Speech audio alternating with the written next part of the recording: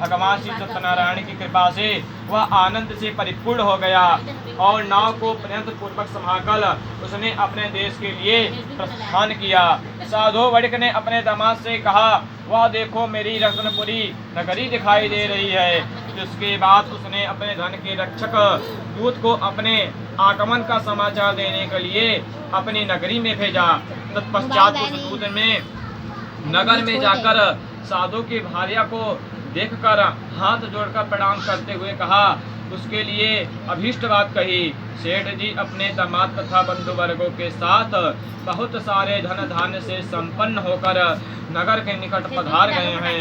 दूत के मुख से यह बात सुनकर वह महान आनंद से विह्वल हो गए और उस साध्वी ने श्री सत्यनारायण की पूजा करके अपनी पुत्री से कहा, मैं साधु के दर्शन के लिए जा रही हूँ, तुम शीघ्र आओ।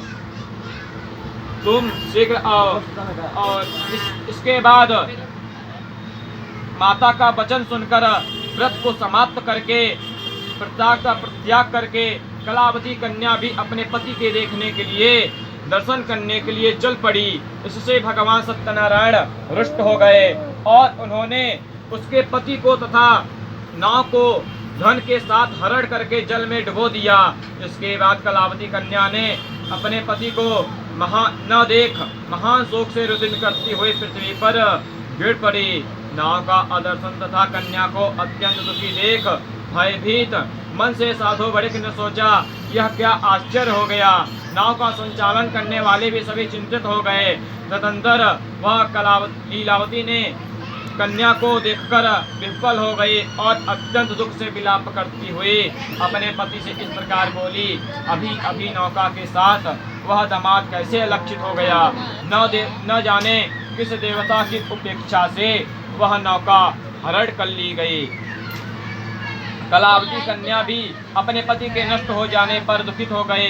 पति का पादुका लेकर उनका अनुगमन करने के लिए उसने मन में निश्चय किया।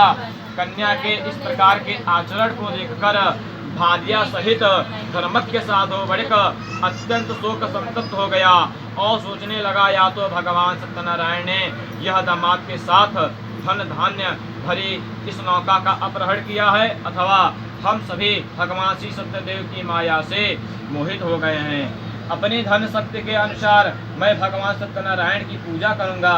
सभी को बुलवाकर इस प्रकार उसने अपने मन की इच्छा प्रकट की और बारंबार भगवान सत्यदेव को दंडवत प्रणाम किया।